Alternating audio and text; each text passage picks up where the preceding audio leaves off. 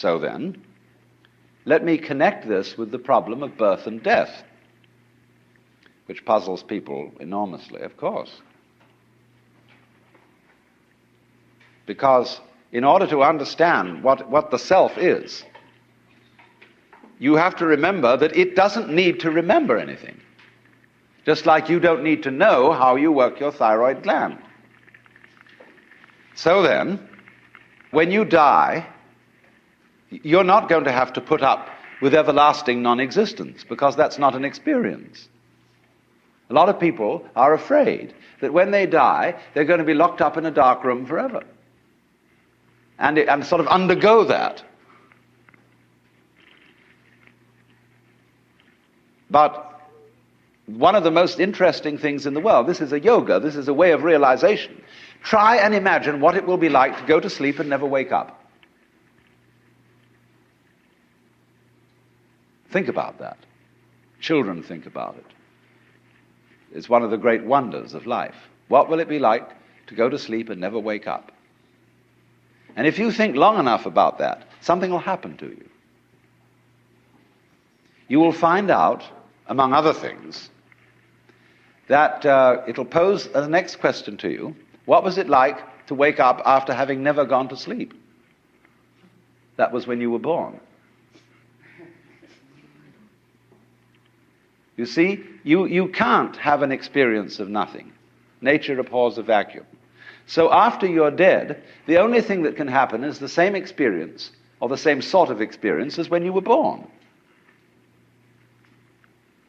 In other words, we all know very well that after people die, other people are born. And they're all you. Only you can only experience it one at a time. Everybody is I. You all know you are you. And wheresoever beings exist throughout all galaxies, it doesn't make any difference. You are all of them. And when they come into being, that's you coming into being. You know that very well. Only you don't have to remember the past in the same way you don't have to think about how you work your thyroid gland or whatever else it is in your organism. You don't have to know how to shine the sun. You just do it. Like you breathe. Doesn't it really astonish you that you are this fantastically complex thing? And that you're doing all of this and you never had any education in how to do it? You never learned, but you're this miracle? Well, the point is that from a strictly physical, scientific standpoint, this organism is a continuous energy with everything else that's going on. And if I am my foot, I am the sun. Only we've got this little partial view. We've got the idea that, no, I'm just something in this body. The ego. That's a joke. The ego is nothing other than the focus of conscious attention. It's like a radar on a ship. The radar on a ship is a troubleshooter. Is there anything in the way? And conscious attention is a designed function of the brain to scan the environment, like a radar does, and note for any trouble-making changes.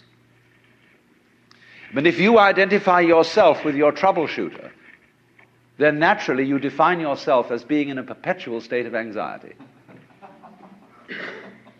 And the moment we cease to identify with the ego and become aware that we are the whole organism, you realize as the first thing how harmonious it all is. Because your organism is a miracle of harmony. All this thing functioning together. Even those corpuscles and creatures that are fighting each other in the bloodstream and eating each other up.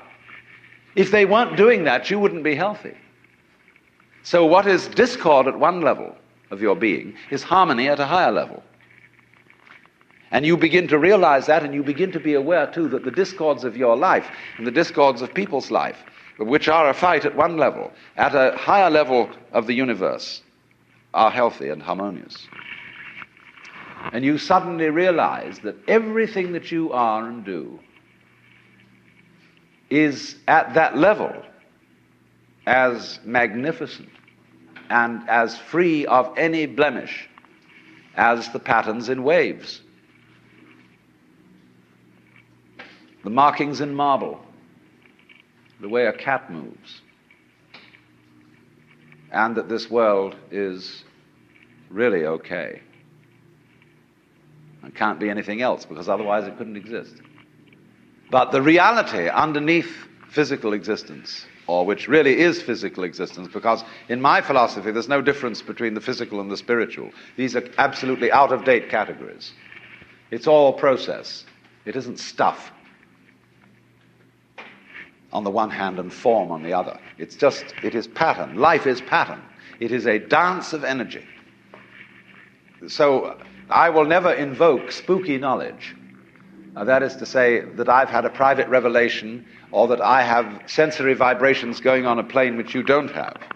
Everything is standing right out in the open. And it's just a question of how you look at it.